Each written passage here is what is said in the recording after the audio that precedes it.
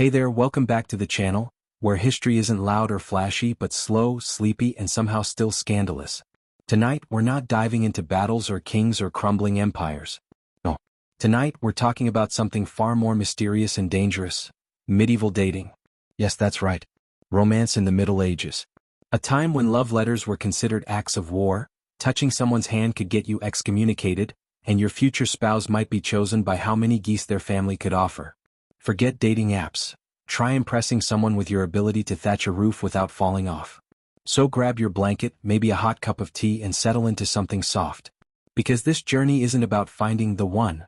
It's about understanding why love in the 12th century felt more like livestock negotiations than fairy tales.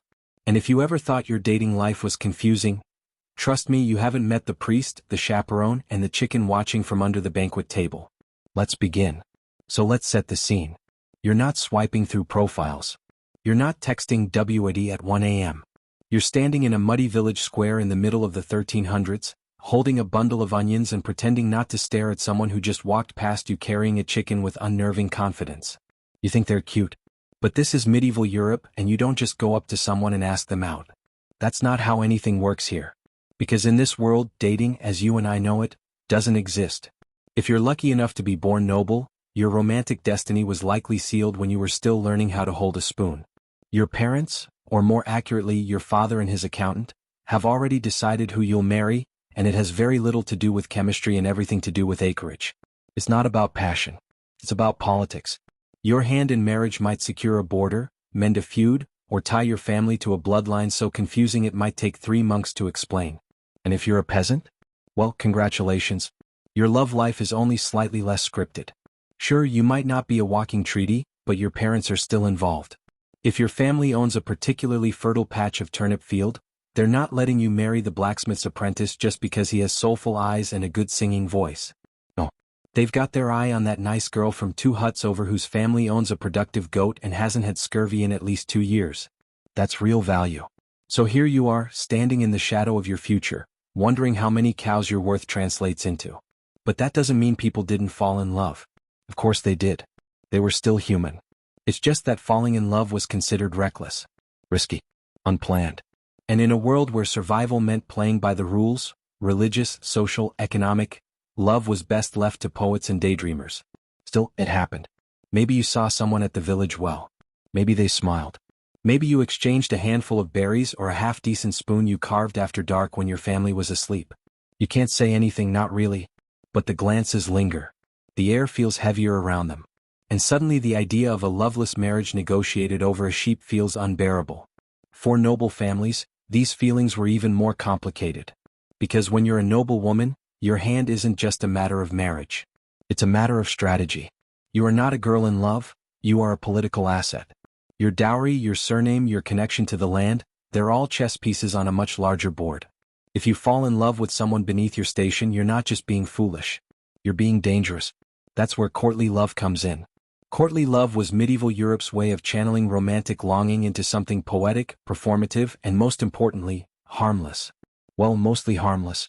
You were expected to pine, to suffer, to compose melodramatic poetry about your beloved's elbow or the way her hair shimmers like candle wax in a windy corridor. The classic setup? A knight, bold and brave, falls hopelessly in love with a noble woman who is crucially already married. He vows to adore her from afar. He wears her colors into battle. He maybe gets into a duel with someone who looked at her too long at the last tournament. And the lady? She remains aloof. Cool. Unattainable. She might send him a ribbon, maybe a glove. But mostly she just radiates mystery like a fog bank with excellent posture. The whole system thrives on tension. Just enough encouragement to keep the knight writing poems, but not enough to spark an actual scandal. The truth is, courtly love was never meant to go anywhere. It was an emotional exercise. A kind of romantic theater with clearly defined roles. Feelings were safe as long as they stayed behind metaphor. But what if you weren't a noble? What if you were just someone trying to make it through another season of backbreaking work and slightly suspicious bread? Then your approach to romance was different. Peasant courtship was rooted in realism. You didn't need a partner who could compose a sonnet. You needed someone who could help gather firewood and didn't smell too aggressively of cabbage. Compatibility was based on practicality. Did they work hard? Did they have their own blanket? Could they survive a harsh winter without too much complaining? If yes, then they were prime marriage material. And the gestures were just as practical. Forget diamonds and candlelit dinners. In your world, a good gift was a basket of eggs, a bundle of herbs, or a perfectly ordinary turnip. Bonus points if it was still fresh. There were flirtations, of course. Conversations during shared chores. Jokes at the market. The occasional blushed smile while mucking out a pig pen. But it was all grounded in survival. You weren't building a fantasy. You were building a life. And if things went well, you didn't wait years to propose. You spoke with your families, you made your arrangements, and soon enough you were married. In a hut, in front of a priest, with a witness or two and a suspiciously large chicken in attendance. Romantic? Maybe not in the candlelight and roses sense. But honest. Functional. Quietly sweet. Of course, no matter your class, there was one rule everyone followed. You didn't get too close without supervision. Dating or anything like it happened under watchful eyes. If you were seen walking alone with someone of the opposite sex, people talked. If you were caught holding hands, scandal. If you exchanged a letter, well, you better hope the priest didn't intercept it. Chaperones weren't optional. They were standard. For every outing, every encounter, every suspiciously long conversation about turnips, someone was there. Your aunt, your brother, your parish priest, or that one old neighbor who always pretended not to be listening but absolutely was. The church took it even further. They had sermons, manuals, entire treatises on how to flirt appropriately, which, spoiler alert, meant not flirting at all. Monasteries opened letters to screen for impure metaphors. Courtship was regulated like a sacred ritual, and failure to follow the rules could lead to public penance, harsh gossip, or in extreme cases, divine judgment. And yet, people kept trying. Because despite everything, the rules, the social structures, the economic calculations, humans are stubbornly romantic. We dream. We yearn. We carve spoons. So maybe you're still standing in that muddy village square, watching the person with the confident chicken walk away. Maybe you catch their eye. Maybe they smile. It's not much, but it's something. And in this world, something, one glance, one gesture, one badly stitched handkerchief, can feel like everything. So let's say you've decided to risk it. You're smitten. Completely gone over someone who churns butter like a medieval Greek god or who ties bundles of herbs with poetic flair. But you still can't say it, not out loud, not directly. What do? Welcome to the world of love tokens, the medieval equivalent of texting someone thinking of you. Except instead of emojis and heart-eyed reactions, you're sending a sweaty linen glove or a carved spoon that took you 4 nights to whittle while your pig judged you silently. Tokens were everything. They were personal, risky, symbolic, and hopelessly vague. A knight might send his embroidered sleeve. A peasant might offer a ribbon. A noblewoman might drop a handkerchief that mysteriously lands in front of the right person, or the wrong one. And if you were on the receiving end? Well, congratulations. You now had to decode a message that could mean, I adore you, or, please feed my chickens while I'm away. Because subtlety wasn't just stylish, it was survival. A token had to say everything without saying anything. It had to whisper in a world where shouting would get you hauled before a priest. It had to be cryptic enough to deny, but heartfelt enough to hope. And yet, one misstep, one ribbon pinned too visibly, one spoon passed too boldly, and suddenly the entire village was talking. Rumors spread faster than disease, and a single misunderstood gift could tie you socially to someone you had no intention of marrying. Or worse, someone your parents didn't approve of. Tokens weren't just gestures. They were gambles. But let's say you're brave. Or foolish. Or both. You decide a ribbon isn't enough. You want to say something, actually say it. You want to confess how your heart leaps every time your beloved drops a loaf of bread or accidentally makes eye contact for more than half a second. So you write a letter. And this, dear listener, is where things get dangerously poetic. Because in the medieval world, a love letter wasn't just a folded piece of parchment. It was an act of rebellion, a flirtation with scandal, and sometimes, if intercepted, a one-way ticket to confession or expulsion. First, you had to be literate, which wasn't exactly common. Maybe you're a scribe. Maybe you've bribed one. Or maybe you've enlisted your cousin who learned to write Latin but mostly uses it for shopping lists. You don't just write, I like you. No. You craft a metaphor so dense it needs footnotes. Something like, "My soul is a stag pierced by the arrow of your grace, roaming the forest of longing beneath the moonlight of your virtue." Subtle. You might sprinkle flower petals inside. You might perfume the parchment.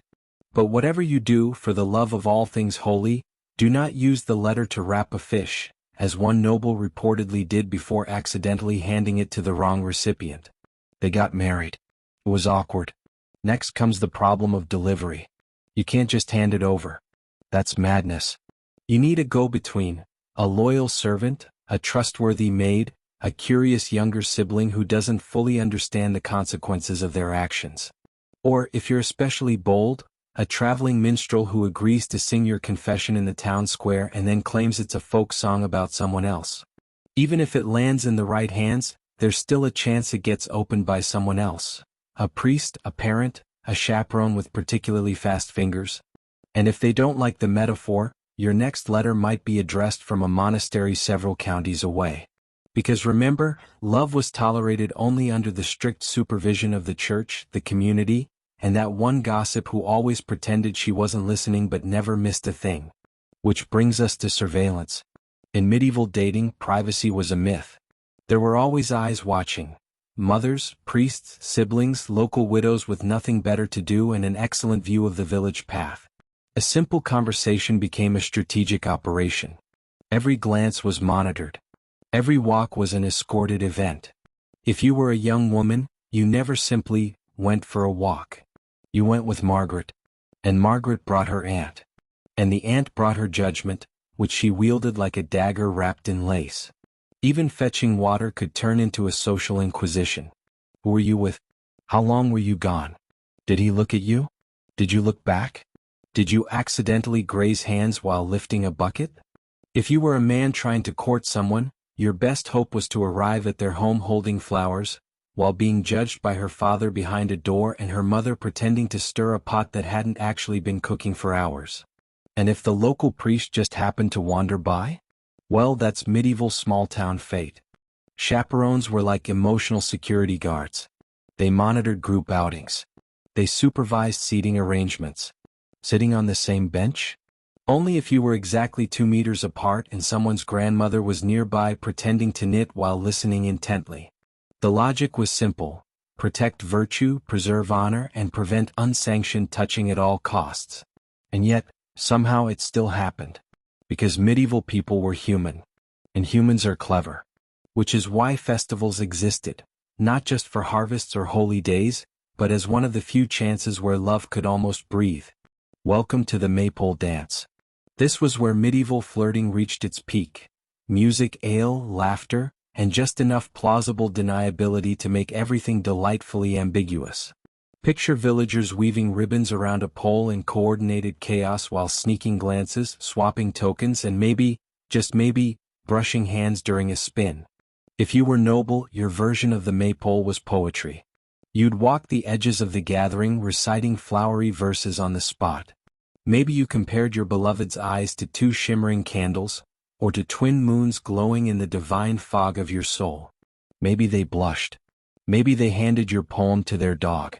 If you were a peasant, you might try to impress someone with your sack racing abilities or your capacity to juggle 3 pieces of stale bread. Romantic? Perhaps not. But in a world where touch was scandalous and talking was suspicious, falling off a hay bale with dignity could be its own form of courtship. And there was always food.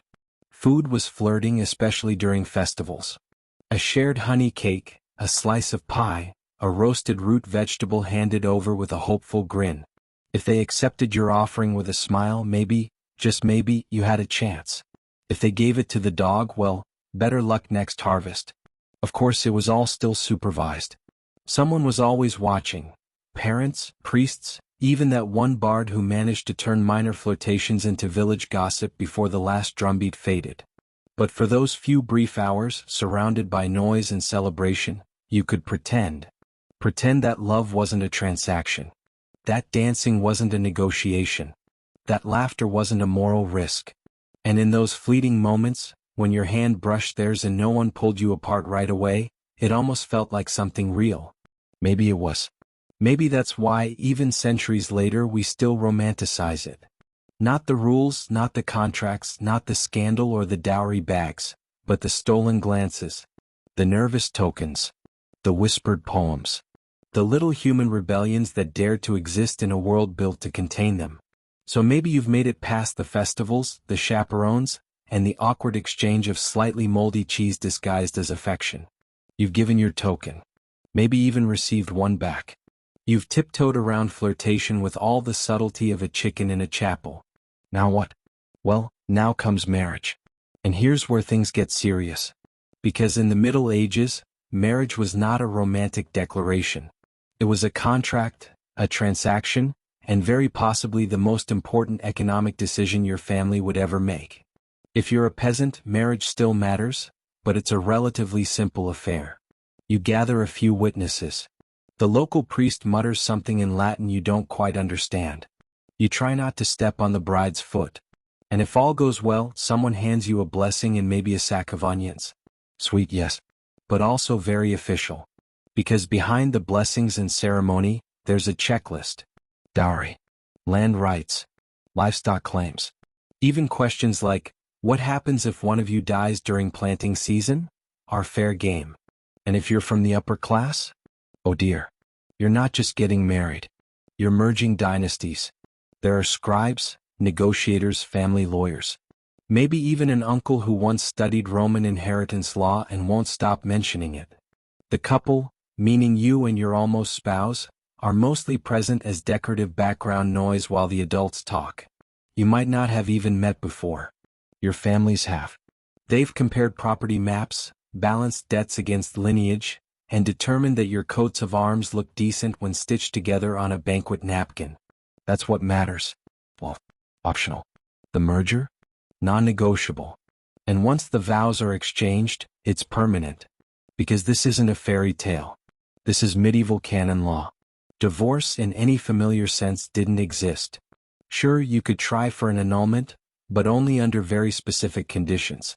You'd need to prove one of you wasn't baptized, or that you were actually cousins, or that the marriage was never properly initiated. Good luck with that. If you were unlucky in love, your best option was tolerance. You slept in different beds. You avoided eye contact at dinner.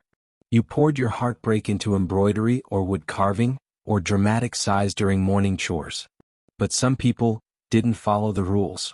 Because even in a world ruled by contracts and lineage charts, some people married for love. And that caused absolute chaos.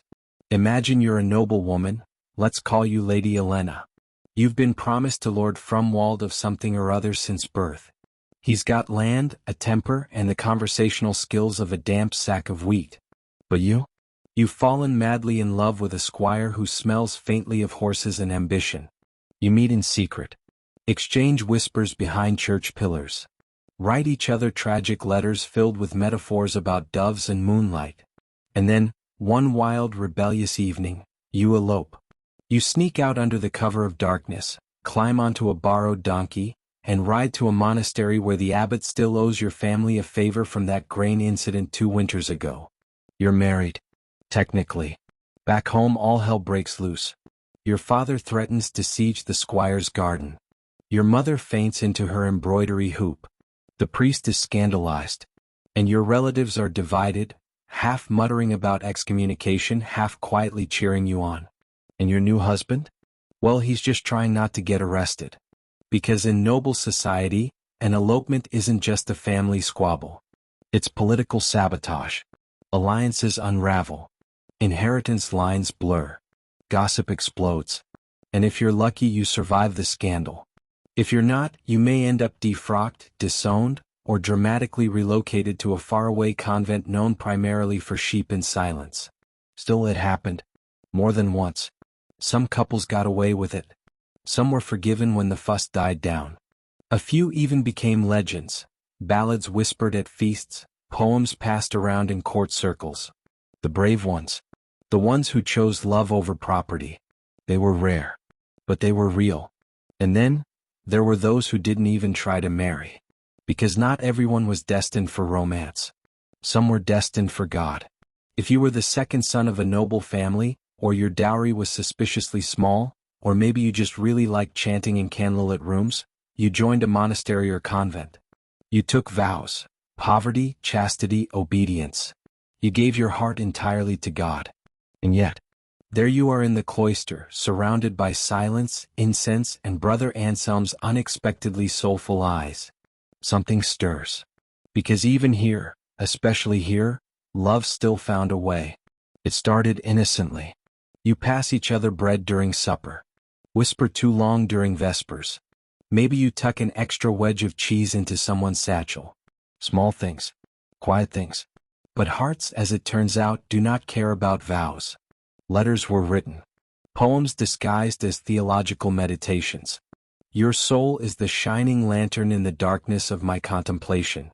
Technically holy. But if you squint a little, maybe not so much. Some were caught. Some were punished: exile, public penance, or reassignment to the monastery in the swamp where even the sheep looked disappointed. Others escaped. A few even married after leaving religious life. But most stayed. Because in the end this was a world of rules. And breaking them came at a price. Still, even in robes, even in silence, people loved. They longed. They slipped notes behind stone altars and walked the herb garden a little too slowly. Because love, inconvenient and unpredictable as ever, refused to stay within the lines. And that was part of its magic. So you've done it? You navigated the festivals, the dowries, the whispered courtships, and the chaperones who never seemed to blink. You survived the wedding. A priest murmured the sacred words, a pig was probably roasted, someone spilled meat on your only nice shoes, and now here you are. Married. But something feels off. Maybe it's the way your spouse snores like a dying lute. Or the fact that they thought romantic surprise meant gifting you a goose with one leg. Or maybe, and this is the most likely, you've realized that marrying someone for land and sheep doesn't automatically result in poetic bliss. Welcome to medieval marital disappointment, where the honeymoon phase is short, the winters are long, and therapy is not an option. Now, don't go reaching for the divorce papers. Those didn't exist. Not in the way we understand them. Marriage in the Middle Ages was sacred, binding, and, most importantly, permanent. Once you were in, you stayed in. That was it. Till death, plague, or tragic goose accident do you part. Could you try for an annulment? Sure, if you were really lucky. But you'd have to prove that something was fundamentally wrong, that you were too young, already married to someone else, too closely related, which happened more often than anyone likes to admit, or that the marriage was never consummated. And proving that usually involved deeply uncomfortable witnesses and a lot of awkward parchment. If you were a noble, things were even messier. Because your marriage wasn't just about the two of you, it was about treaties, alliances, property lines, and political stability. Trying to get out of it might not just start gossip. It might start a war. So what did people do? Mostly, they endured. They sighed. Loudly. At dinner. They slept in separate straw-stuffed mattresses. They poured their bitterness into embroidery, woodwork, or sarcastic hymn singing. And they practiced a form of emotional expression we now call passive aggression, the medieval love language. Of course, not everyone stayed faithful. Affairs happened. Quietly, discreetly, and occasionally spectacularly. Nobles had secret lovers hidden in towers or masquerading as scribes. Peasants had neighbors who were suspiciously helpful during firewood season. The church disapproved, of course, strongly. Adultery was a sin, a serious one. But disapproval didn't mean it didn't happen. It just meant people got better at sneaking around barns. For women, things were worse. If your husband was violent or vanished into the woods claiming to find himself, or simply stopped coming home, you were still expected to remain loyal, silent, and saintly. Society loved a suffering wife. Especially one who knew how to make porridge and looked mournful in candlelight. And yet, even in disappointment, something else often grew. Companionship, partnership, tolerance. Because medieval life was hard. There were plagues, famines, wars, and winters that could kill a person before breakfast. And when you've spent 10 years sharing chores, raising children, and hauling water through the snow, you start to develop a kind of affection.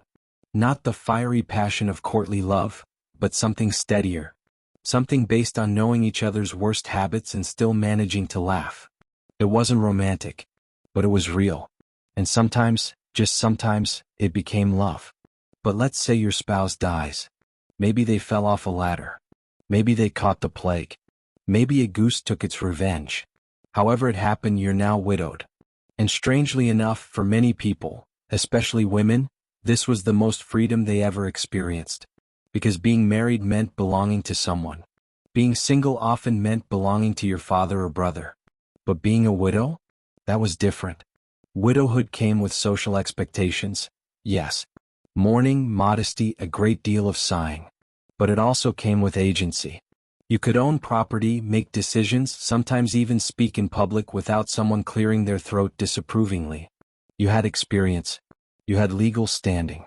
And if your husband left you land or livestock, or even a modest inheritance, you could wield a little power. Quietly, of course. Always quietly. And if you were still youngish, had most of your teeth, and weren't known for being overly dramatic at market, you could remarry. Quickly.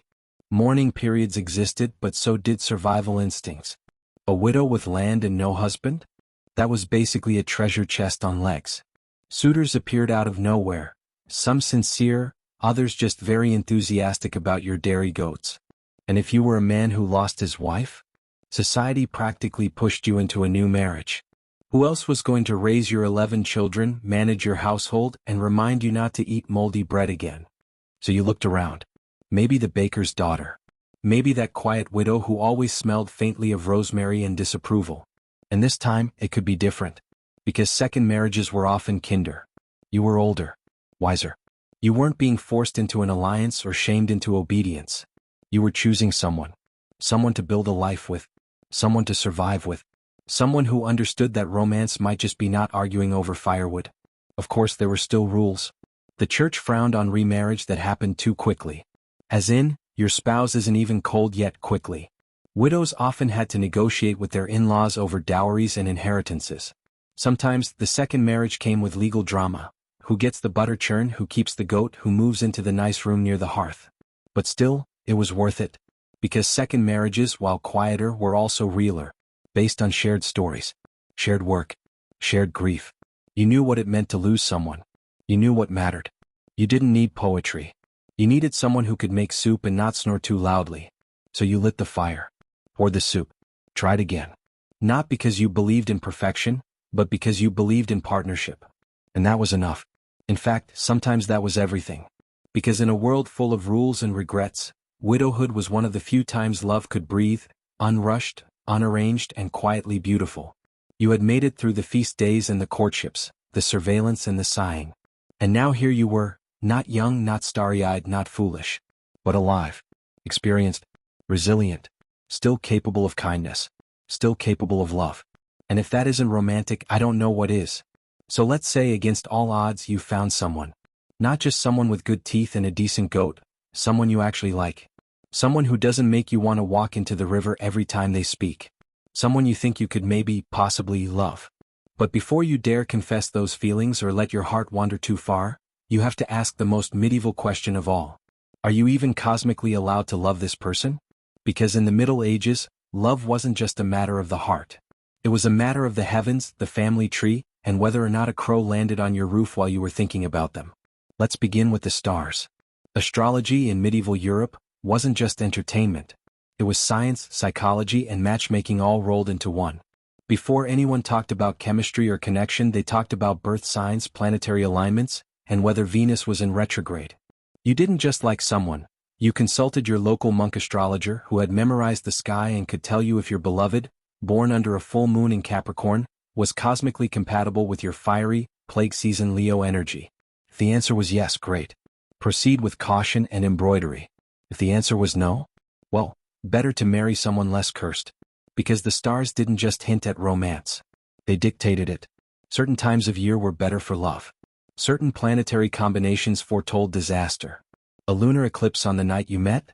That was basically the medieval equivalent of being ghosted for eternity. And if that wasn't enough to worry about, there were omens. Everything was an omen. Dreams. Birds. Bread. If you dreamed of water, it might mean passion, or heartbreak. If a raven flew overhead while you were thinking about someone, that was a bad sign. If you dropped your bread while staring at your crush, forget it. That union is cursed. There are no second chances when you mix yeast and longing. And then there were the superstitions. Deep, tangled, unshakable beliefs passed down from grandmother to granddaughter, from village healer to priest who definitely didn't approve. Maybe your beloved had a birthmark in the shape of a crescent moon. That could mean they were your destined soulmate, or your future executioner. Interpretations varied. You might need to consult the local wise woman who definitely wasn't a witch unless she was. People buried charms beneath doorsteps to attract love, or to sabotage someone else's. A bit of hair wrapped in ribbon. A carving of a heart placed under a threshold. A dried herb tucked into your shoe on the day of a festival. Love wasn't just personal. It was mystical. And everyone had an opinion.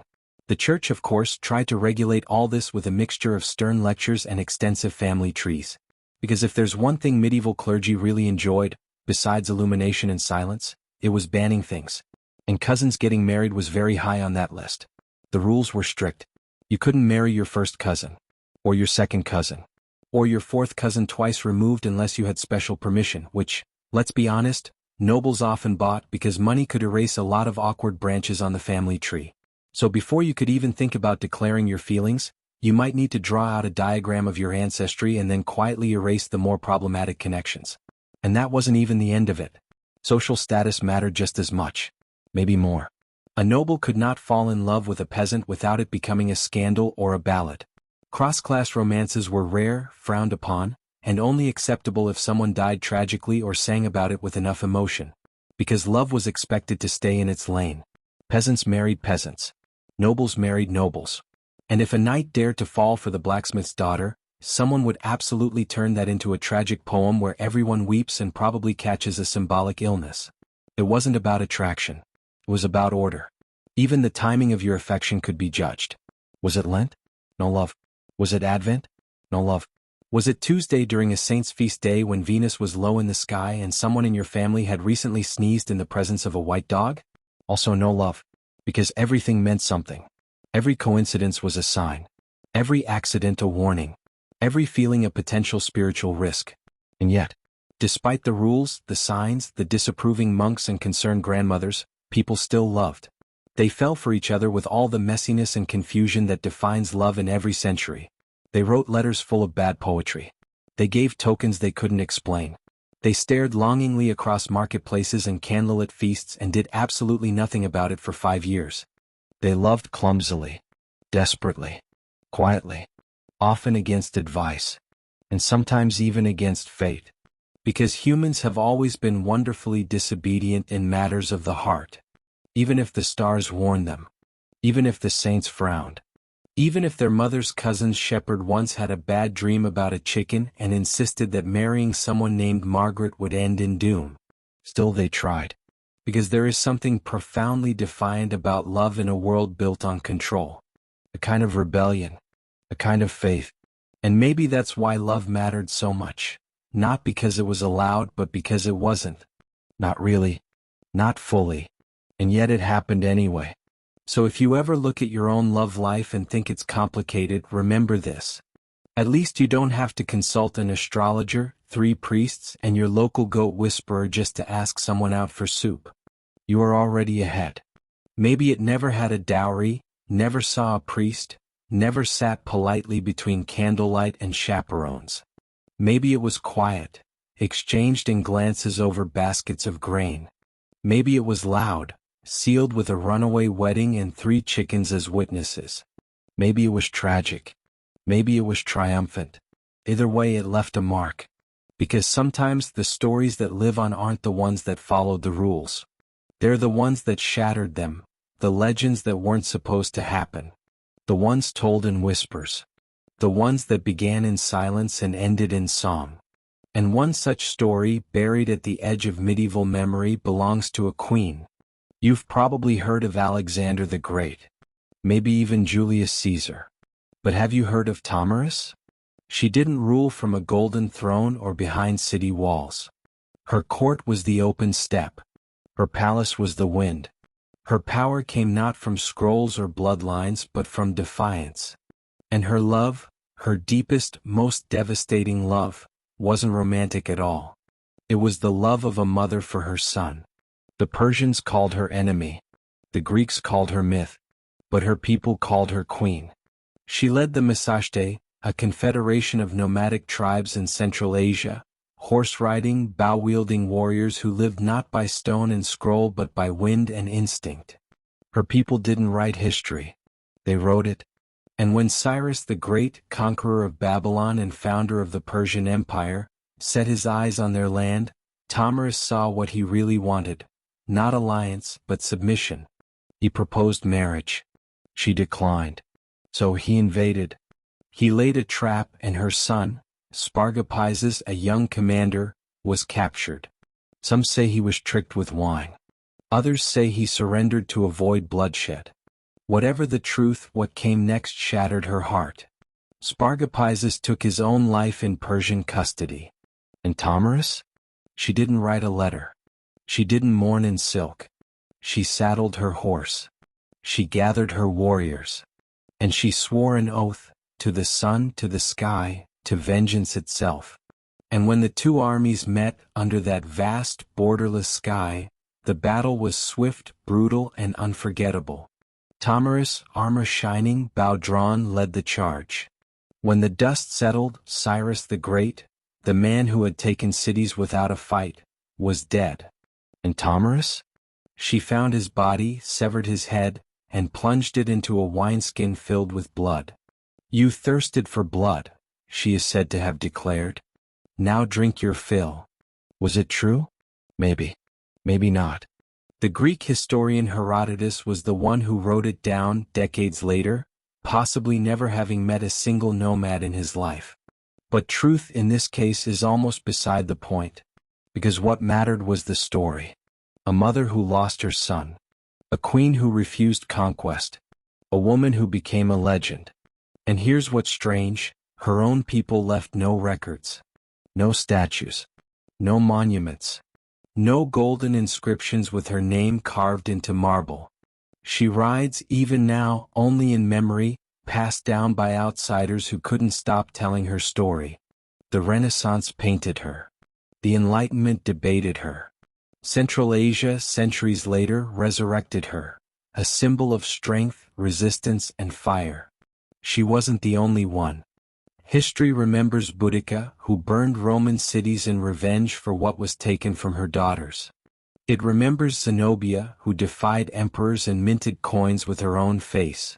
It remembers Shemuramat, perhaps the real woman behind the myth of Semiramis, builder of cities and breaker of rebellions. All of them queens. All of them warriors. All of them told that love had no place in their story. And all of them proved otherwise. Because love doesn't always look like a rose garden or a lute song. Sometimes it looks like a battle cry. Sometimes it looks like refusing to be bought. Sometimes it looks like holding your ground when the world expects you to kneel. Dowries didn't marry for politics. She didn't submit for peace. She didn't beg for her son's return. She avenged him. And for that she was called savage, barbarian, dangerous. Because she didn't grieve quietly. She didn't weep and fade. She stood, sword in hand, and said, "No more." And in doing so, she carved a space in history for all the women who weren't supposed to be remembered. Her name written not in stone but in wind. So why does this matter? Because even in a history full of arranged marriages, obedient wives, and dowry negotiations, love still broke through. Sometimes it whispered through windows.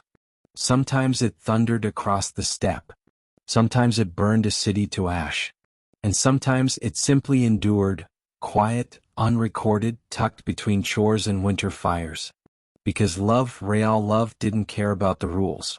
It found a way. In peasants who passed each other eggs instead of poems. In widows who tried again.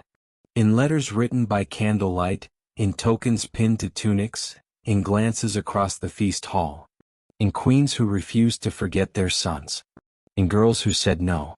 In boys who wrote bad poetry anyway.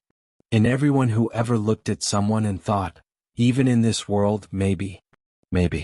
So the next time you feel like your own love life is a disaster, remember this. At least your tokens don't require a blood oath. At least your letters won't get intercepted by a monk. At least you didn't have to plan your proposal around the alignment of Mars and whether or not someone saw a fox that morning. And yet, we still share something with them. Because love is the same. Awkward, stubborn, illogical, brave. Whether you're sneaking glances across a fire or trying not to trip while handing over a pie. Whether you're standing in a field with a sword in your hand or brushing fingers on a maple ribbon. Whether you're writing a letter you can never send. Or whispering a name into the dark. And so we end where we began.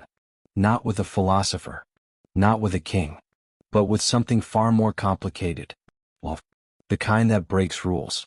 The kind that leaves no record. The kind that refuses to die, even when everything tells it to. And if that isn't worth remembering, then maybe nothing is. So what happens when love isn't recorded? When it's not inked in parchment, stamped with a seal, or sung in the echoing halls of castles? What happens to the love that lives in nomadic hearts, in villages that left no scrolls, in homes made of wool and wood, in languages that were never carved into stone? The truth is, it's still there. Because not all love survives in books. Some of it survives in stories whispered across firelight, in lullabies sung under felt rooftops, in rituals passed from grandmother to grandchild. Stories that weren't meant for kings or chroniclers, but for the people who lived them. Across the windswept Eurasian steppe, the Scythians, the Sarmatians, the Mongols, and the Masashte weren't building marble monuments. They were living in motion, on horseback across rivers between seasons. Their stories lived in memory, not in ink. And that memory was rich with love. Maybe not the candlelit kind. Not always the poetic kind. But love all the same. Imagine a Scythian woman standing beside her horse at dusk, tying a knot into her beloved's saddle strap, a silent promise. No letters. No ribbons. Just a gesture, subtle, unspoken, unforgettable. Or a Mongol couple, building a gur together in silence, their fingers brushing against the same piece of felt as they worked. Their love not written, not even spoken, but understood. In these worlds, every gesture mattered. Every small kindness, helping with a stubborn goat, sharing the last bit of dried meat, wrapping someone's cloak tighter against the wind, was a form of love. Not idealized, not dramatic, but real. And these stories lived on. Through oral tradition. In nomadic cultures, memory was everything. There were no libraries. No record keepers. The bard was the archive. The elder was the historian. And love. It was remembered in poems, proverbs, and songs too quiet for empires to hear. A woman's laughter might become legend. A tragic separation might turn into a winter tale. A forbidden love, hidden between tents, might be told to grandchildren not as a warning, but as a testament to the courage of hearts that refused to stay silent. And that's how some of the greatest love stories in history were nearly lost. Because they weren't convenient. They weren't approved. They didn't belong to people who wore crowns or commanded scribes. They belonged to people who knew that survival and love weren't separate things. They were the same thing.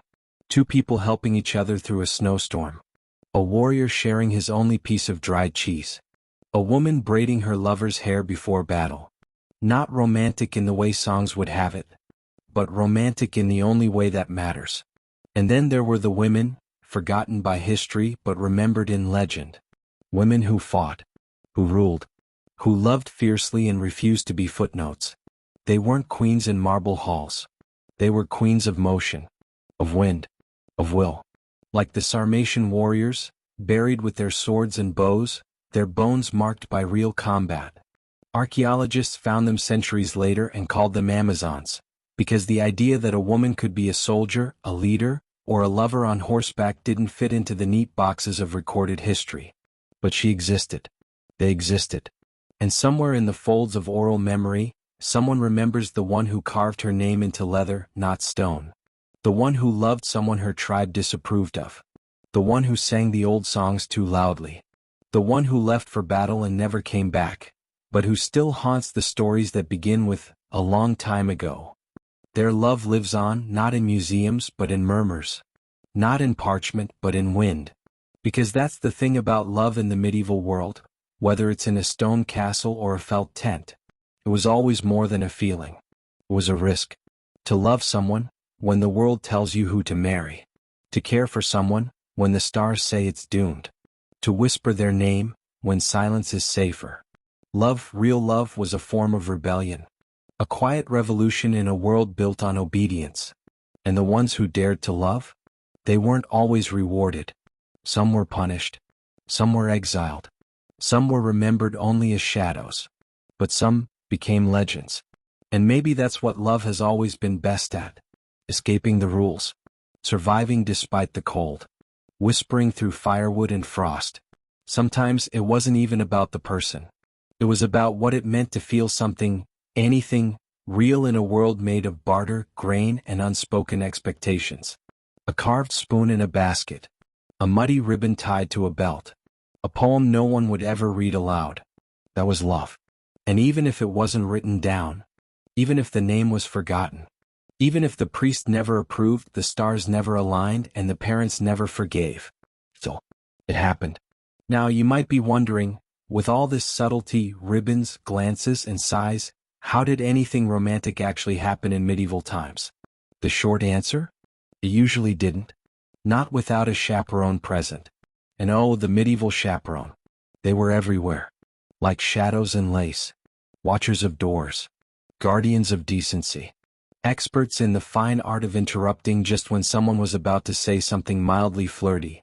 You see, in the medieval mindset, young people left alone together was a recipe for chaos, scandal, and possibly the downfall of Western Christendom. So, if you were of marriageable age, which was alarmingly young by today's standards, your movements were monitored more carefully than a monastery's wine cellar. Imagine it. You're a teenage girl, 15, maybe 16. You've just met someone interesting at the May Day festival. He made you laugh. His tunic didn't smell too much like onions. Maybe you smiled. Just a little. And now, every time you walk to the well, your aunt follows you. Not closely, but just close enough. She's got a basket, a disapproving look, and the emotional range of a soggy church pew. You know she's not there for water. She's there for you. Because nothing says romance like being watched by someone knitting judgment into every stitch of their shawl. And this didn't just happen to women. Young men had eyes on them too, especially if they were talking to someone above their station. Because while flirting down the social ladder might have been considered cheeky, flirting up was practically treason. If you were a stable boy charming the merchant's daughter, someone was already telling her father. Probably the dog. But the chaperones weren't just family members. They could be servants, monks, nuns, or even younger siblings with an inflated sense of self-importance. Sometimes a maid was assigned not to clean, but to observe. To hover in doorways. To cough dramatically when things got too romantic. Their job? To make sure nothing happened that couldn't be undone by prayer. Even in letters, love had to be careful. If you sent a note, it went through layers of hands, servants, messengers, friends, all of whom were definitely going to read it. Privacy wasn't a thing. Not really. Even parchment had ears. So people got creative. Instead of writing, "I love you," they might write, "The moon was bright at supper." Instead of "Meet me by the well," it was, "The bucket needs mending." And the chaperones? They noticed. They always noticed. But they couldn't prove anything. So they just sighed, tightened their grip on their rosary beads, and stayed suspicious. But here's the thing. Even under layers of supervision, love still happened. Because the more forbidden it was, the more powerful it felt. A look across a hall became a declaration. A brush of the hand while passing bread became electric. Even the sound of someone's voice, heard behind a curtain, could become a lullaby you carried in your heart for years. We live in a time now where everything is instant. Text, call, meet, repeat. But back then, love had to wait. It had to sneak around rules and expectations. It had to simmer under layers of wool and watchful eyes. And in that waiting, something happened. Longing. Poetry. The kind of love that grows not in touch, but in restraint. And somehow, in all that quiet, all that waiting, all those chaperones who never blinked, people still found each other. Because love, it turns out, doesn't need permission. It just needs a moment. Imagine falling in love, and never being allowed to act on it. Not to touch. Not to kiss. Not even to speak plainly. Just suffer. Elegantly. Welcome to the world of courtly love, where romance was more like a competitive emotional endurance test than anything actually romantic. This wasn't peasant love. This wasn't villagers sneaking off after the harvest feast. This was aristocratic, refined, infuriatingly indirect. And for some reason, everyone in 12th century France decided it was a good idea. The concept of courtly love was built on 4 pillars. The man suffers. The woman is cold. Everyone writes poetry. No one is happy. That was basically the formula. A knight would see a noblewoman. She would be beautiful, distant, probably married to someone powerful. He naturally would fall deeply in love. But he couldn't act on it. Not if he wanted to keep his position, his honor, and most of his bones intact. So instead he wrote poems. Endless, breathless, aching poems about her eyes, her hair, her refusal to acknowledge his existence. He'd perform great deeds in her name. He might wear her scarf into battle. He might sigh dramatically near her chamber window. And she might smile. What? In 5 years. That was considered progress. Because the ideal woman of courtly love wasn't accessible. She was elevated, untouchable, a holy symbol of perfection. The knight's job was to worship her from afar, to prove his devotion not through romance, but through suffering. And yes, people actually believed this was romantic. This wasn't love based on compatibility or shared interest in goats or cheese making. This was love as torment. Love as discipline. Love as an excuse to feel something intense in a world where most days were spent discussing grain and pretending to enjoy lutes. And it became a literary obsession. Poets like Crétin de Troyes, troubadours from Occitania, and bored noblemen with too much ink romanticized courtly love into something larger than life. They made it into a code. A game. Complete with rules, ranks, and strategies. Yes, there were actual rules. Andreas Capellanus, in the 12th century, wrote a full manual titled, The Art of Courtly Love. Some of its guidelines included: marriage is no real excuse for not loving. He who is not jealous cannot love. A new love puts to flight an old one. Shakespeare? Still centuries away. Therapy? Unavailable. This was love by Latin logic and people took it weirdly seriously. But of course, courtly love wasn't real. Not really. It was more of a social performance. A script. A safe way for people in rigid power structures, especially women, to interact with affection without violating custom. A noblewoman might never be free to marry who she loved. But she could flirt poetically with a knight who was sworn to pine for her. It gave her a kind of power. She became the muse, the goddess, the impossible dream. And the knight? He got to feel noble, tragic, virtuous in his pain. Was it healthy? Absolutely not. Was it popular? Incredibly. And like all performance, it got theatrical. Knights would pledge loyalty through bleeding hearts and symbolic gestures. Some would faint at the sight of their beloved. Others would vow celibacy until they didn't. There were love tokens, secret glances, and entire ballads about a single smile. It was romantic in the same way starving for art is romantic. Beautiful from a distance, but you wouldn't want to live it. Because here's the secret everyone knew, but no one admitted. Courtly love wasn't about being with someone. It was about longing for someone.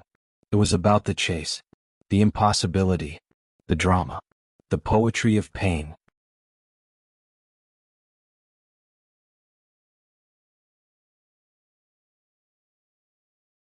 And maybe, just maybe, that's what made it last so long. Because as long as love stayed unfulfilled, it couldn't disappoint you. It couldn't get old. It couldn't snore. It couldn't forget your name or hog the covers or be rude about your stew. It could stay perfect. Forever. And yet, even within this theatrical suffering, real feelings crept in. Because the heart, inconvenient as ever, doesn't always obey the script. Some nights did fall in love for real. Some ladies did right back. And in a few daring, forbidden cases, they acted on it. And that's when courtly love turned dangerous. Because when emotional performance becomes actual desire, people break rules. They meet in secret. They risk their lives. And sometimes, they change history. But most didn't. Most just wrote another poem, sighed a little deeper, and waited for someone to notice their suffering. Because in the medieval world, longing was safer than love. And nothing, absolutely nothing, was more romantic than a night whispering your name to the moon, and doing absolutely nothing about it. So you've tried everything. You looked your best at the spring festival. You offered flowers. You sighed in doorways, wrote shaky poems, and even carved their initials on a tree when no one was looking. And still, nothing. They're polite, maybe even kind, but they just don't see you that way. What do? In the modern world, maybe you'd change your hairstyle. Or rework your dating profile. Or scroll away your sadness with a dozen videos of cats in armor. But in the medieval world, you'd go see the herb woman. Or the blacksmith's grandmother. Or a traveling peddler with a suspiciously large collection of dried toads. Because when love didn't come naturally, people turned to magic. Not the kind with wands or fireballs. But the older kind. The earthy, whispered, half-forbidden kind. The kind found in corners, in cups, in sachets tied with twine. And first on the list? Love potions. Yes, actual love potions. Brewed in kitchens, stirred over open flames, made from roots, herbs, animal parts, and a generous sprinkling of superstition. These weren't elegant. They weren't safe. They were more like emotional cocktails made by someone who definitely never studied chemistry. What went into a love potion? That depended on where you were, who you asked, and how badly you wanted someone to look at you like they looked at their meat. Common ingredients included mandrake root, supposedly powerful but potentially toxic. Rosemary, for remembrance. Honey, to sweeten the tongue. Ashes of a dove's heart, if you could get one. Powdered bone, don't ask from where. Your own sweat or blood. Yes, really? It wasn't always about attraction. Sometimes it was about obsession. The idea wasn't to gently encourage romance, it was to bend someone's will. Subtly, of course. Magically. Alchemically. Which is ethically complicated. Because most love potions weren't consensual. They were slipped into drinks. Hidden in food. Burned as incense when someone walked by. And no one wanted to admit they'd used one, but everyone knew someone who had. That nervous-looking baker? Definitely gave his sweetheart a rosemary-laced bun. That merchant with the new wife who never smiles? Probably burned mandrake during the proposal. And when things went wrong, people blamed the magic. If a couple married and it fell apart, she must have bewitched him. If a nobleman abandoned his duties for a low-born girl, there's no way that wasn't sorcery. It was easier to believe in a potion than to believe someone made a foolish choice. But it wasn't just potions. There were charms, rituals, and folk superstitions passed down like family recipes. Some of them were peculiar. Write your beloved's name on a scrap of parchment and bury it under a full moon. Rub an apple on your armpit, then give it to the person you fancy. If they eat it, they'll fall in love with you. Steal a piece of their clothing, whisper your feelings into it, and sleep with it under your pillow for 3 nights. Please don't try these at home. There were amulets worn close to the heart. Knots tied into belts and ribbons. Songs sung backward. Herbs sewn into sleeves. Every village had its version. Every healer had a story. And everyone, no matter how skeptical, knew someone it had worked for. That's the thing about magic in the medieval world, it wasn't entertainment. It was belief. A way to make sense of longing, rejection, and mystery in a world where so much was out of your control. And for women, magic was both a tool and a trap. A woman who could mix herbs was valued, respected, but also feared. Too many successful love matches? She was a sorceress. Too many suitors? Must be a charm. Too independent? Clearly bewitched someone important. Many women accused of witchcraft weren't casting spells. They were simply refusing to follow the romantic script. Living alone. Speaking freely. Loving who they shouldn't. And yet, some women did practice folk magic. Quietly. Carefully. With lavender and lace and dried bundles hung from the rafters. Not to control others but to protect themselves. To keep heartbreak at bay. To bless a new love. To find comfort in something beyond rules and scrolls. Because in a world where most marriages were arranged and romance was rarely yours to choose, magic offered agency. Even if it was just a sachet of herbs tucked in your sleeve, it was yours. Not all magical thinking was forbidden. The church, for all its disapproval, had its own rituals for love. You could pray to Saint Valentine, yes, the real one, or Saint Dwynwen, the Welsh patroness of lovers. You could light a candle in the chapel and ask for guidance. You could make pilgrimages to holy wells, leave offerings, or confess your heart's desire to a kindly monk. Sometimes the spiritual and the magical overlapped. A prayer said with enough desperation might feel like a spell. A saint's relic worn close to your chest might serve as a talisman. The difference? Intent. If your potion was to bless a romance, it was a folk tradition. If it was to control someone's will, that crossed a line. Even in the Middle Ages, consent mattered, at least in theory. But in practice, lines blurred. People were desperate. And desperation, then as now, makes people do foolish things. Especially when it comes to love. And maybe, in a strange way, that's the most human part of all this. Because whether you're living in a hut, a castle, or a cluttered 21st century apartment, wanting someone to love you back is one of the oldest stories we tell. We've always looked for shortcuts. Potions, prayers, algorithms, star signs, swipe right spells. And sometimes they don't work. But sometimes, they do. Not because the herbs were powerful. Not because the stars aligned. But because someone saw you, heard you, understood what your silence was trying to say. And for a moment it felt like magic. Real magic. The kind no potion can make. In every village, every castle, and every wind-swept monastery, someone was grieving a love that never had the chance to grow. In a world so tightly bound by survival, obligation, and invisible rules, romance in the medieval era didn't always end with marriage or song. Often it ended quietly. A farewell not spoken but understood. A goodbye made permanent by time, distance, or death. Heartbreak was not dramatic in the way it is portrayed in ballads. It was slow. It was silent. It showed itself in the way someone stared too long at a road they once walked with someone who had since vanished. It was folded into the laundry, stirred into the stew, tucked beneath the prayer whispered at night.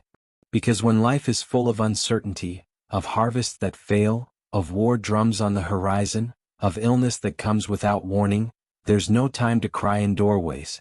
Only time to carry on. But that doesn't mean people didn't feel it. Sometimes the loss came from something grand and distant. A war, for example. So many romances in the medieval world were interrupted by war. A young man taken to fight for a noble, a king, a cause he never fully understood. A woman left behind, staring at the armor that once shone under the sun but now hangs silent on the wall. They might have promised to wait for each other, and maybe they meant it, but time is long. Seasons pass. Letters are rare. And in the quiet months, memory fades. Not because love fades, but because people must survive. The tragedies didn't always involve swords. Sometimes they came by sea.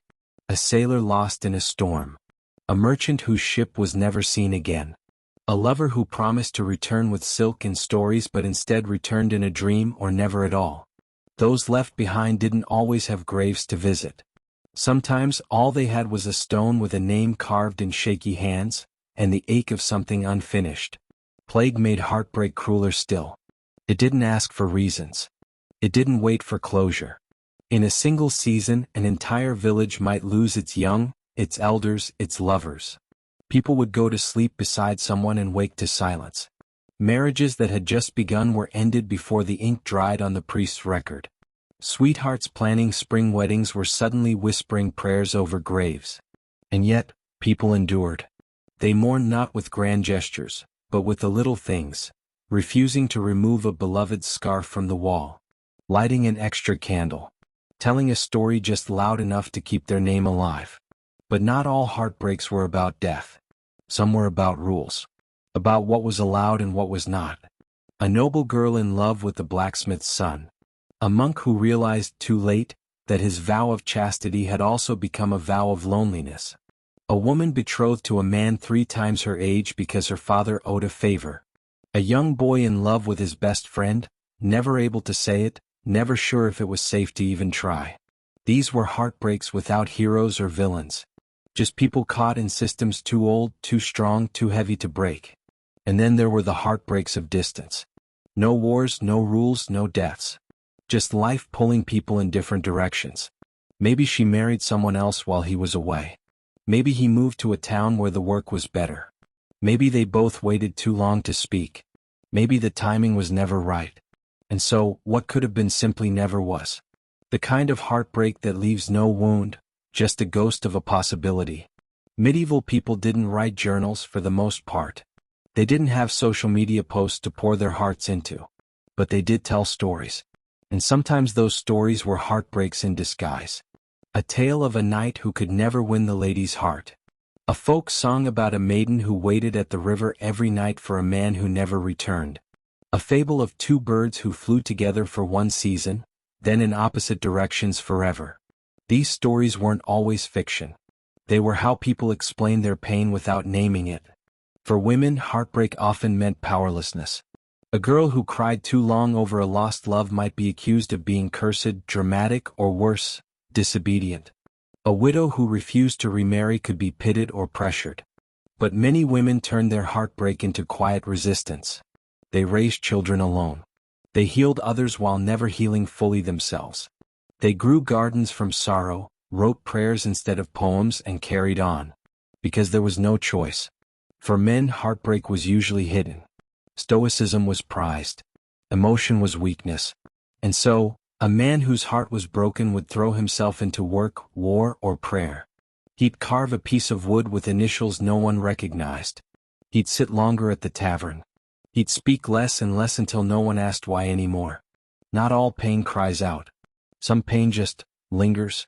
There were no therapists, no support groups. If you wanted to talk about your heartbreak, you spoke to the priest, the horse, or the sky. Or you didn't speak at all. You just aged with it, grew into it.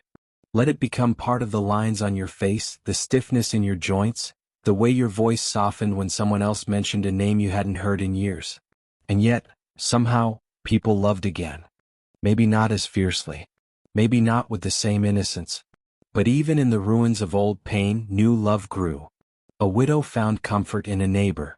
A knight, long retired, found peace with a healer who didn't ask too many questions.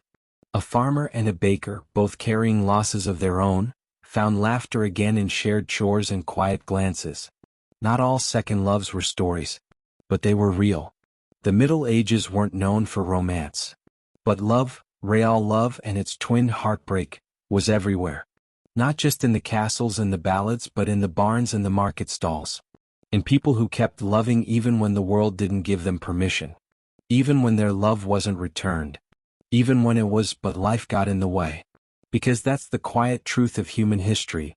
It's built not just on victories and inventions, but on love that didn't last.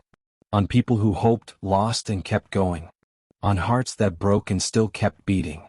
And in that way maybe medieval people weren't so different from us. They loved. They hurt. They carried on. And somewhere in the quiet between seasons they healed.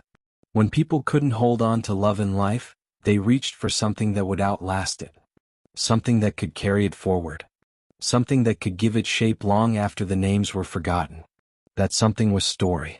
In the medieval world, storytelling wasn't a hobby, it was a lifeline. A way of remembering what couldn't be written. Of passing down not just events but emotions.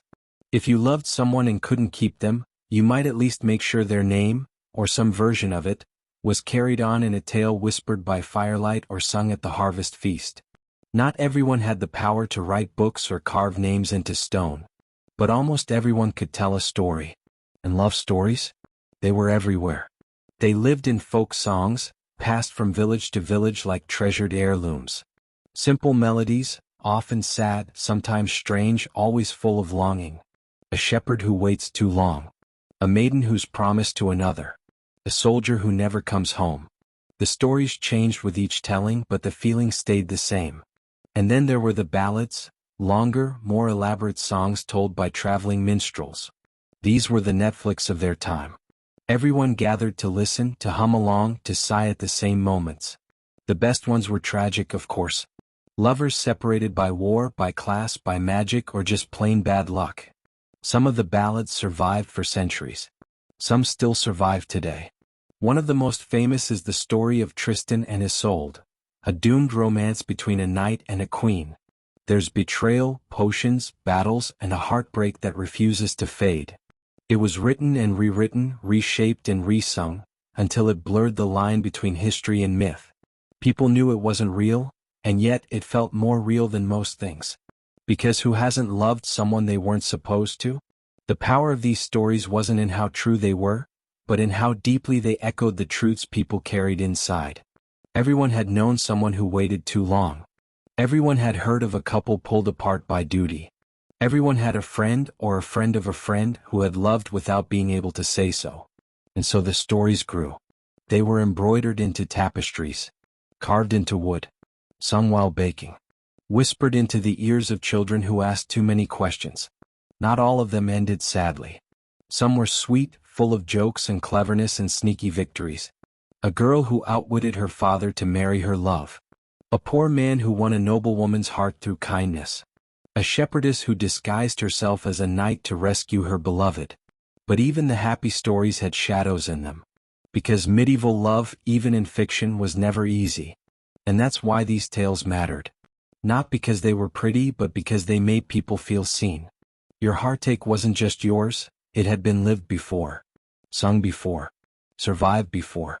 Even people who could barely read knew the rhythm of these stories. They knew how a love story sounded. The tension, the twist, the ache before the end. They didn't need paper. They had memory. They had voice. And for those who couldn't tell their own stories, because they were poor or female or forgotten, these ballads were their stories. Rewritten and reimagined until someone like them could finally win. Finally speak. Finally be loved without shame. There was magic in that. Quiet, ordinary magic. Imagine a woman sitting at a spinning wheel, humming a song about a girl who runs away with the stable boy. She never got to do that herself. But in the song, someone like her does. Imagine an old man carving initials into the beams of a barn. No one will know what they mean, but he does. It's his way of keeping someone alive. Imagine a mother telling her daughter a bedtime story about a clever princess who tricked her father into blessing her wedding. The daughter laughs, then sleeps. The mother watches her, remembering someone she once danced with before duty got in the way. Stories did what reality couldn't. They freed love from the rules. They let it breathe. And in doing so, they comforted the people who couldn't change their lives, but could at least escape into another one. Even churches understood the power of story. While sermons warned against sinful desire, stained glass windows quietly told tales of devotion, of sacrifice, of saints who loved so purely that their very names became prayers. Religious love, yes, but still love. And that gave people hope. If saints could love with passion, maybe there was room in the world for their quiet longings too. It wasn't just Europe. In every corner of the medieval world, from Arabic poetry to Norse sagas to Japanese court tales, love found a way to be remembered. To be imagined again and again, each time a little different, each time no less true. Because love, once felt, rarely disappears. Even when it ends. Even when it hurts. It lingers. And in the Middle Ages, stories became the place where that lingering could live. They gave people the chance to speak without speaking. To dream without consequence. To cry without needing a reason. And most importantly, to believe that somewhere, sometime, someone like them could be loved wholly and without regret. Even if only in a song. Not all love is loud. Not all affection lives in poetry or song. Sometimes, love hides in a ring left under a pillow, in a ribbon tied in a lover's favorite color, in a lock of hair hidden in a pouch sewn into a sleeve. In the Middle Ages, where words could be dangerous and actions could be scandalous, people learned to speak in symbols. And symbols, they never stammer. They never need translation. They simply exist. Take, for instance, the ring. Today we think of it mostly as a sign of marriage. But in the medieval world, rings carried many meanings. They could be gifts of betrothal, yes, but also of hope, of promise, of memory. A man might give a ring to his sweetheart before leaving for war. A woman might press a ring into a departing lover's hand, a quiet "wait for me" that wouldn't echo but would resonate for years. These rings weren't always made of gold. Sometimes they were iron, sometimes silver, sometimes just copper, worn smooth from worry and time. The value wasn't in the metal. It was in the message. Another symbol was the lock of hair. given with trembling fingers, wrapped in ribbon, kept in pockets or amulets or the lining of a boot. Hair was intimate, physical, and personal. To give someone a piece of your hair was to give them a piece of your presence. And in an age where photography didn't exist and paintings were for the elite, a lock of hair might be the only physical memory a person had. People carried it into battle, into old age, into death. Then there were knots. We don't think of knots as romantic now, but in medieval symbolism they spoke volumes. A ribbon tied in a certain way. A string braided just so. Knots represented binding, connection, devotion, eternity. Some couples even tied their hands together in ceremonies, a practice known as hand fasting, symbolizing a union that might last a year or a lifetime. And when someone missed their beloved, they might tie knots in their own clothing, one for each day apart. Not all symbols were wearable. Some were edible. A sweet cake left on a doorstep. A piece of fruit with initials scratched into its skin. A biscuit shaped like a heart. Food, lovingly prepared and quietly delivered, was a love letter with butter and flour instead of ink. Flowers, too, had meaning. Before the Victorians turned them into an elaborate language, medieval people already understood their weight. A red rose was bold. A white one pure. A violet was modesty. A sprig of rosemary was remembrance. A lily devotion. Clover hope. Sometimes lovers didn't send full bouquets, they left a single bloom in a shoe on a bench inside a prayer book. A bloom, fresh or dried, could carry the entire weight of what they weren't allowed to say out loud. And then there were initials, carved into trees, etched into wood, scratched into stone, sewn into cloth. Initials were powerful. A way of saying this happened when no one else would believe it. A way of claiming something invisible and making it real. A boy might carve his love's first initial into the stable door. A girl might stitch 2 letters into the hem of a gown, where no one could see but her. The letters became sacred, code, memory, magic. In castles and cottages, people made use of what they had. A girl might give her sweetheart a button, just one from her dress, small and useless to anyone but him. A farmer might fashion a small token out of wood or bone. Sometimes these were carved into hearts. Sometimes into animals. Sometimes into nothing at all, just an abstract shape that only the two of them understood. Because that's the thing about love. It invents its own language. In villages, some used charms, little objects passed down through families. A tooth from a boar, a coin blessed by a local priest, a tiny statue of a saint known to bless lovers. These weren't glamorous. They weren't expensive. But they were full of hope. Worn close to the chest, hidden beneath tunics or veils, they gave the wearer courage to speak or wait or believe. Even colors had meaning. A piece of cloth dyed blue might symbolize loyalty. Green, youth and spring. Red, of course, for passion. Lovers might exchange colored threads, or wear sashes during dances to show who they favored. A boy wearing a red band? Maybe he was taken. Maybe he was just brave. And though the church often frowned upon too much romantic display, it couldn't erase centuries of folk ritual. In some areas, on Midsummer's Eve, young women placed flowers under their pillows in hopes of dreaming about their future husbands. In others, people danced around fires holding hands, and for one night the rules were softened. A glance across flames might become a secret promise. A shared drink might mean more than it should. A morning flower on a doorstep could speak louder than any sermon. Symbols weren't always safe, though.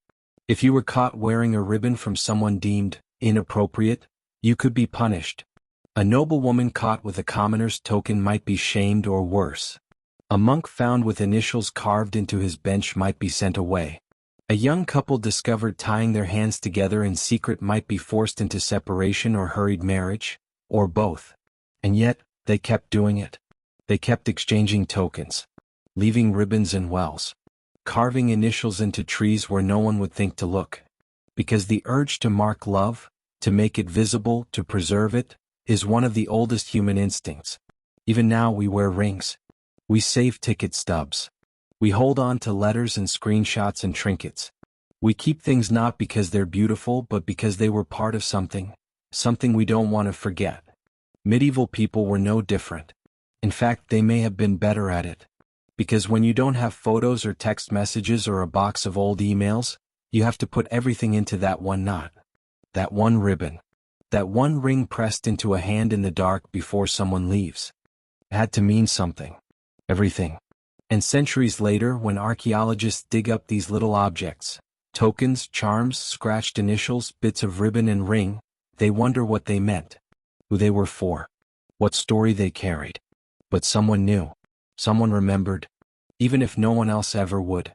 When you hear the word marriage, maybe your mind goes to white dresses, vows, slow dances, and cake. But in the medieval world, marriage wasn't about romance. It wasn't about soulmates. It wasn't even really about the couple. Marriage was about land. About alliances. About what you had to offer, and what your family wanted in return. Marriage was a transaction. And in many ways a trap. If you were born into nobility, your marriage was arranged long before you had your first crush. Sometimes before your first tooth. Your father shook hands with another father over wine. Dowries were discussed. Inheritances mapped out. Horses exchanged. Your future was decided before you understood the word choice. You were the parchment on which someone else wrote a treaty. The ring on your finger wasn't love, it was a signature. And for those lower on the social ladder? The stakes were different, but the game was the same. A peasant girl's marriage might be decided by how many goats she could bring. A miller's son might be expected to marry the blacksmith's daughter to secure bread or tools. Love, if it happened at all, had to be accidental. And quiet. And mostly irrelevant. For many women, marriage meant leaving everything they knew. Their village. Their name. Their sense of self. They became wife of, daughter of, mother of. Their identity was inherited, then handed over. A married woman became her husband's property, literally, legally. She couldn't own land. She couldn't testify in court. She couldn't run away and expect anyone to listen to why. Her role was to obey, to bear children, to keep the household running, and to keep her emotions to herself. Men too had burdens. A young man might be forced to marry quickly if his family needed help on the farm. Or if his sister needed a dowry, and a marriage alliance was the only way to secure it. Or if he'd been caught in some unsanctioned romantic entanglement, and marriage was the punishment disguised as a solution. He might spend his life with someone he barely liked because that's what honor required. Because that's what being a man meant. But within this heavy, rigid framework, there were always cracks. And in those cracks, something human. There were couples who grew to love each other, not because they chose each other but because they learned each other. Two strangers who learned to laugh, to listen, to share grief and firewood. Some marriages, transactional though they began, became partnerships in the truest sense. Not passionate perhaps, but loyal, respectful, steady. And then, there were the rebels. The ones who defied the script. Who said no. Who ran. Who hid. Some lovers eloped, fleeing to the edge of a forest, to a sympathetic priest, to a distant village where no one knew their names. These weren't common stories, but they existed. And when they worked, they became legend. One of the most whispered tales was of a young woman who disguised herself as a boy to avoid an arranged marriage. She traveled with her true love, lived as his squire, and fought beside him in battle. Only years later did she reveal the truth, and by then no one dared question her courage. Or her love. Of course, for every story like that, there were 10 that ended in loss. In punishment. In exile. In separation. Because society did not like defiance, especially in women. A girl who refused her assigned husband could be beaten. Sent to a convent. Labeled cursed. A man who refused his arranged bride might lose his land. Or worse, be seen as weak. Still, people tried. Because love will always try. And sometimes, even within arranged marriages, love slipped in anyway. It happened quietly. In glances. In shared chores. In moments when the baby finally slept and the fire burned low and two people who'd been strangers for years finally saw each other, not as duty but as human. There are stories of noble women who found ways to meet lovers outside their marriages. Risky, bold, and sometimes deadly. There are letters hidden in church walls, written in Latin or code, never meant to be found. There are gifts buried with the dead that belonged not to husbands, but to secret loves. Marriage was often an anchor, but people still dreamed of wings. And over time things began to shift. By the late Middle Ages in some parts of Europe, consent started to matter, at least officially. Church doctrines began to state that marriage required both parties to agree. In practice, of course, this was uneven. A girl could be pressured into saying yes. A boy could be coerced by shame or survival. But still, it was a step. The idea of choosing began to take root. And with it came the slow blooming of something radical. The idea that love might matter. That a woman's heart wasn't foolish. That a man's longing wasn't weakness. That a union to be blessed should begin with truth. It would take centuries for these ideas to become common, to become expected. But seeds were planted. In tavern songs. In wedding toasts. In the way a bride looked at her groom and smiled, not out of fear or obedience but something closer to joy. Even then people knew marriage wasn't perfect. They joked about it, sang sarcastic songs, told stories of mismatched couples and ridiculous in-laws. But they also hoped, quietly, desperately, for love to somehow survive the contract. Some managed to find it before marriage, some during, some never. But all of them in their own ways carried the same wish. To be seen, to be chosen, to be cherished not because they were part of a deal, but because someone had looked at them and said, yes, you. Not because of land, not because of dowry, not because of duty, but because of love. In the medieval world, for many women, the only real freedom came after the first goodbye. It's a strange thing to imagine that the death of a husband, grief-soaked, socially burdensome, spiritually complicated, could also bring with it the first taste of personal choice. And yet, for countless women across centuries, widowhood became the moment where the world finally stopped telling them what to do. A young girl might have been married off at 14. Her match decided by fathers, signed off by priests, blessed with coins and contracts. She might have borne children by 15. Managed a home by 16.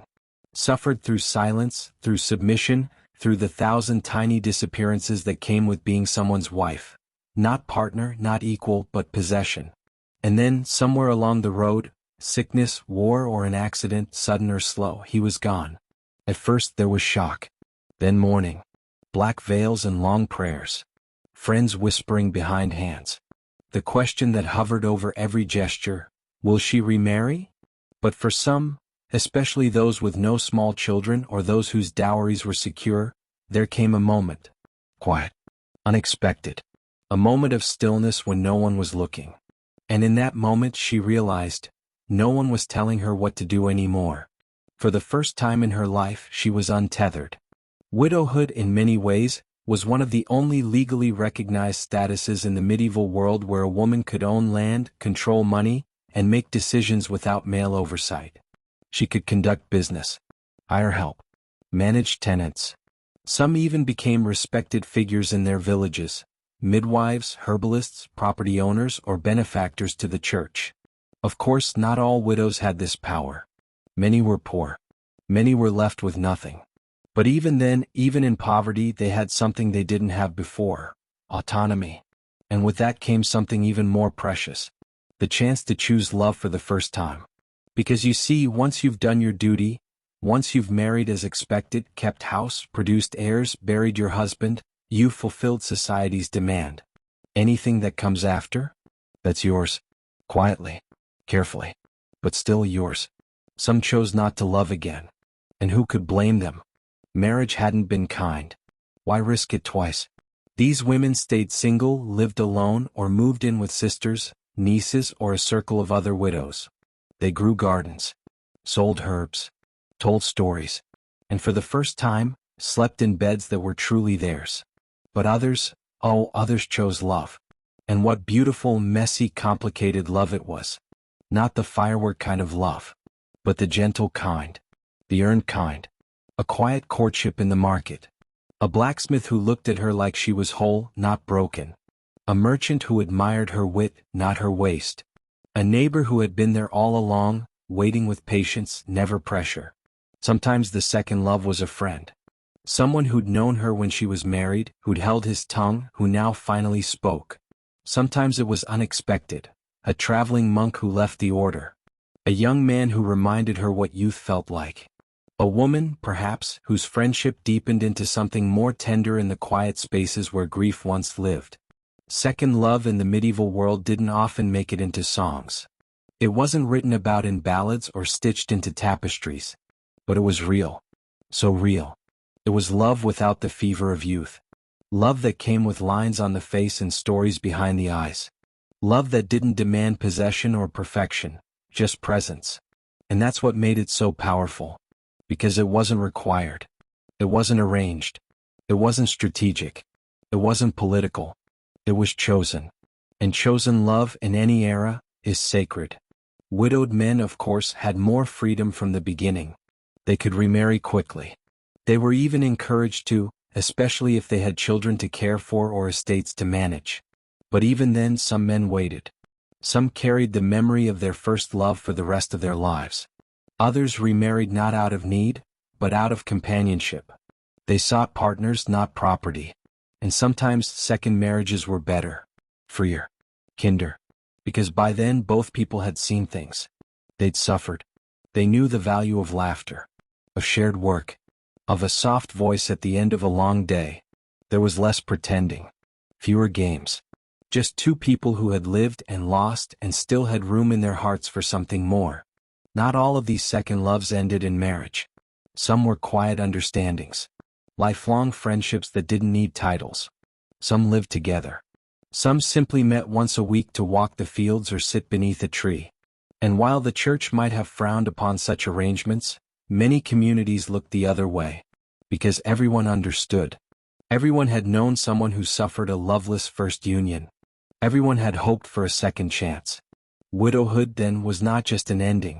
It was a threshold. Through it, many walked into a life they never thought they'd have. A life with choices, with affection, with slowness, with freedom, with love that came not in fire but in ember, steady, warm, lasting. And if it was quiet, so what? Quiet love still sings. Let me know when you're ready for section 16, where we'll explore how everyday forget the grand ballads for a moment. Forget kings and queens and poets pining under moonlight. For most people in the medieval world, love happened not in towers or tournaments, but in fields, in markets, beside stables and hearths, where hands were calloused and meals were simple. It didn't come wrapped in metaphor. It came with cracked lips and dirt under the nails. And somehow, that made it beautiful. These were the people who lived closest to the earth. The ones who woke before the sun, who grew their own food, who knew how to split firewood, herd sheep, thatch roofs. And in their rough, predictable days, romance was neither extravagant nor loud. It was woven into the rhythm of survival. Take, for instance, the young woman working in her family's alehouse. She pours a drink for the same apprentice every week, and they joke about the weather, about the goats, about the drunkard who can't find his way home. One day he brings her a sprig of mint, "For your stews," he says. Her heart flickers. That was courtship. No fanfare. Just mint. Just kindness. Or imagine the shepherd boy who waves across the pasture to the farmer's daughter. It starts with a wave. Then weeks later, a conversation. Then the passing of a carved wooden flute. He carved it himself.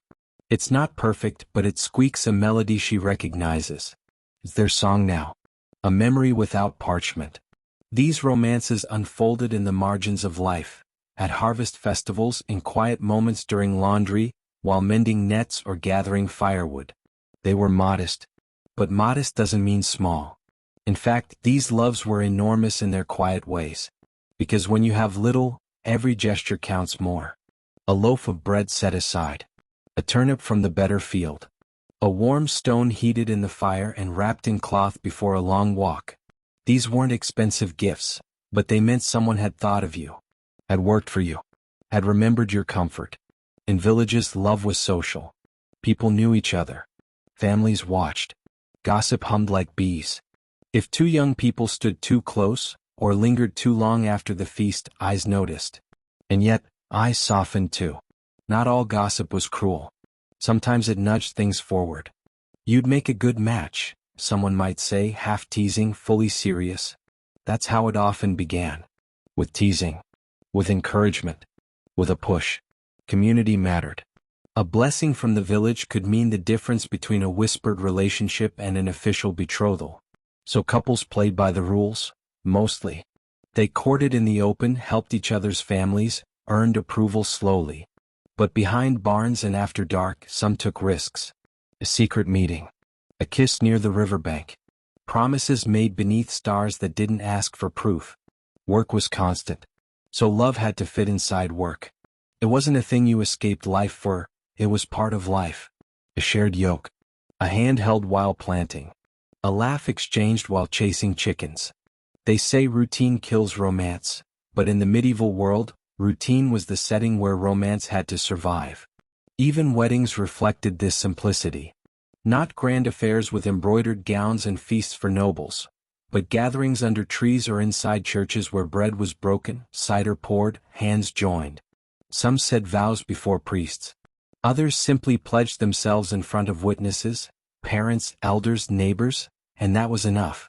In many places, what made a marriage legal wasn't ceremony, but consent and cohabitation. You didn't need a crown to say, "I choose you." You just needed to stay. Of course, not every love worked out.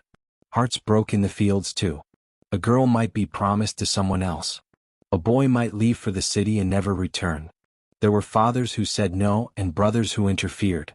There were jealousies, betrayals, pregnancies without marriage. And though the punishments varied, from scolding to shaming to forced unions, the ache remained universal. Still, people tried again. They healed. They rebuilt. Because they had to. And because quietly they still believed. Believe in what? In companionship mostly. Love in peasant life wasn't about destiny. It was about partnership. About building a life where someone knew how to clean the fish while the other chopped onions. Where one carried the water while the other stirred the pot. Where you could sit in silence without feeling alone. That was romance.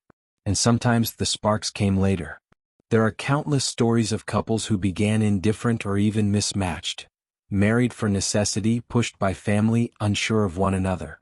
But over time, with shared work, with children, with winters survived and grief weathered, they grew to love each other. A glance while tending the pigs. A joke during laundry. A moment when one reached for the other's hand and found it already waiting. They didn't write poems about these people. But they should have. Because theirs was the kind of love that lasted. And they didn't need parchment to prove it. They had memories, traditions. Children who carried features from both faces. And yes, songs. Not courtly ballads but folk songs. Funny, sharp, sometimes bawdy songs sung while shelling peas or churning butter. Songs about lovers sneaking out. About unexpected kisses. About the farmer who stole a kiss from the milkmaid and got hit with a ladle. These weren't tragic epics. They were human, playful, and true. Because love wasn't always serious. It was laughter in the hayloft. It was arguing over stew spices. It was learning after years that your partner still had a new story to tell. And for those who couldn't find that love in life, who lived alone or lost too young, or never dared speak their heart, there was still comfort. In the firelight. In the community.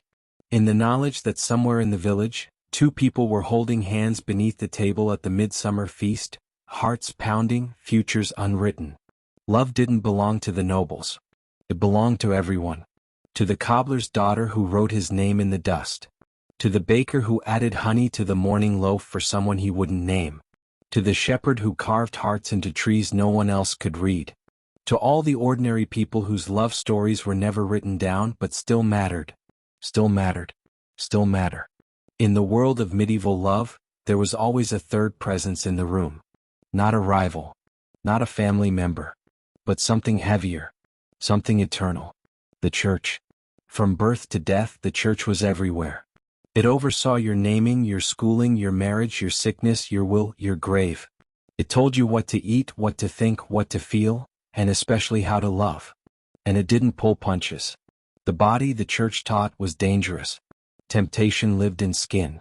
Lust led to ruin. Desire, unbridled, was a slippery slope to eternal fire. Even a look, if too long or too warm, could threaten the soul. For young people growing into their feelings, this was terrifying. To fall in love was not simply to risk rejection, it was to risk damnation. So people prayed. A lot. Not just for health or harvest but for strength.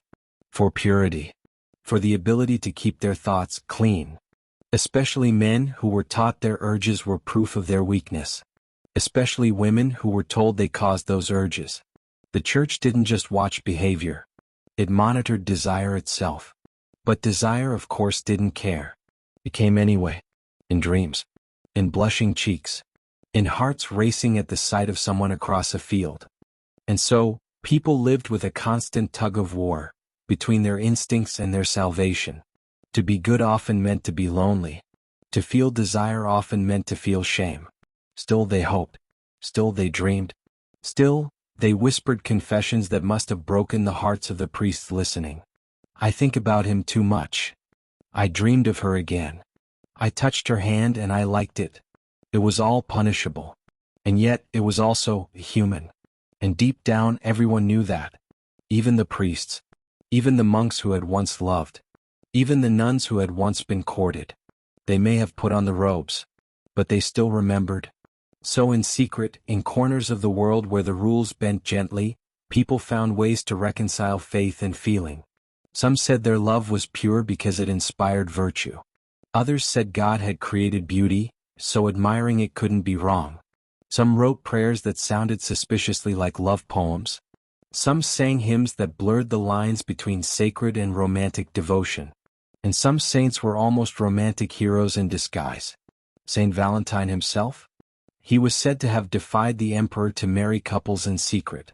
A man of faith who believed in love stronger than law. Saint Dwynwen of Wales was said to have prayed that all lovers find happiness, even though her own love story ended in heartbreak. And then there was Mary Magdalene, a woman so often mischaracterized, but whose presence in medieval Christianity offered many women a mirror. Someone flawed, feeling forgiven. Someone who had loved. In paintings, angels leaned close to mortals. In sculpture, saints looked upward with faces that could easily belong to someone waiting for a lover's return. Even the language of Scripture, bride and bridegroom, beloved, faithfulness, was soaked in the vocabulary of romance. Because love and faith, for all their tension, have always shared something. Yearning. The aching for connection. The desire to be seen, accepted, joined. A person might pray for God's attention just as they longed for another's touch. The feeling, though directed differently, was not so far apart. And in monasteries and convents, those feelings still stirred. Many monks and nuns wrote passionate letters, not always to God. Some fell in love before joining. Some fell in love after, with others in the order. There are preserved letters between cloistered lovers that are every bit as tender as courtly poetry. Whispers of stolen glances during vespers. Of fingers brushing when handing over bread. Of promises made in silence, never spoken aloud. These were forbidden loves. And yet, they happened. Because feelings do not vanish with vows. And sometimes the very act of denying love gave it more power. More pain. More meaning. The church itself slowly evolved. In the early Middle Ages, marriage was mostly a civil matter. The church observed but didn't always officiate. But by the 12th century, marriage became a sacrament. Holy. Blessed. Indelible. Suddenly, love wasn't just personal, it was theological. A husband was to be the spiritual head. A wife his helper. The two were to serve God together. Love was fine so long as it was ordered, directed, safe. So long as it fit within the rules. But people as ever spilled outside the lines. Lovers who were denied the altar might elope. Couples too poor to afford a church ceremony made vows in barns. Men and women who could never marry because of class or prior obligations simply stayed together anyway, hoping forgiveness would come. And sometimes it did. Because for all its rigidity, faith also brought mercy. A sinner could confess. A mistake could be redeemed. A moment of weakness could be transformed into understanding. Many priests knew the world was hard. That survival came before morality. That love, real, raw, inconvenient, was as much a part of creation as the stars. And so, some blessed what wasn't supposed to be blessed. Some closed their eyes to what they saw. Some whispered, God understands, when no one else would. Because they knew. We are not machines. We are souls wrapped in skin. Hearts that beat faster when someone looks at us a certain way. We want to be good. We want to be saved. We also want to be held. And so, medieval people did their best. They prayed before meeting lovers. They lit candles for relationships that couldn't be named. They asked saints to watch over hearts that had already broken the rules. And when their time came, they hoped to be remembered not for the laws they broke, but for the sincerity with which they loved. And perhaps God did. The human heart has always been unruly. And in a world where marriages were arranged, choices were few, and open affection could invite ruin, some people reached beyond prayer, beyond poems, beyond what could be explained. They reached for magic. To modern ears it may sound quaint, even silly. But to a medieval villager, the line between the sacred and the supernatural wasn't sharply drawn. There were saints in the church and spirits in the forest. Blessings beside curses. Holy water next to moonlight rituals. And when love proved too elusive, too painful, too impossible, people did what people always do. They searched for a shortcut. Sometimes that shortcut came in the form of a love potion. Not bubbling cauldrons or theatrical witch brews, but herbal concoctions prepared in kitchens by women with more knowledge of plants than the village physician. A pinch of verbena for attraction. A drop of yarrow for emotional healing. Rosemary for remembrance. Honey for sweetness. Some whispered that a man could be made to fall in love with a sip of the right wine, if infused at the proper moon phase. And if it didn't work? Well, the failure could always be blamed on interference. A jealous rival, a protective saint, a misstep in timing. Magic rarely blamed the magician. It blamed the world. But love potions weren't always romantic. Some were dark. Some were used to end desire, not spark it. To turn passion into disgust. To break up a union. To punish betrayal. A vengeful lover might slip a bit of wormwood or foxglove into a rival's drink. The effects could range from a bad dream to death. Because when love goes wrong, and the law offers no protection, people reach for whatever they believe might restore the balance. Then there were charms. Small, handmade objects carried in pouches or hidden beneath tunics. A carved wooden heart. A token wrapped in red cloth. A coin blessed on a saint's day. These weren't spells in the dramatic sense, but they were intentions made physical. Hope, sewn and strung together. A girl might sleep with a charm beneath her pillow on Midsummer's Eve to dream of her future husband. A boy might carry a braid of his beloved's hair, tied with thread and wax sealed, to protect against forgetfulness. These tokens didn't guarantee love, but they gave shape to desire. They let people believe they weren't helpless. And belief, after all, is its own kind of magic. In some villages, folk rituals became love traditions. Two people might jump over a fire hand in hand to seal their bond. Or circle a certain tree 3 times to attract a partner. In isolated communities, old pagan rites lingered beneath a thin Christian veneer. Rituals that predated the church, passed down in whispers from grandmother to grandchild. In Cornwall there were tales of the love stone, a rock with a natural hole through it. Couples would each place a finger through the hole and say a vow. It was said the stone would bless their union if their hearts were true.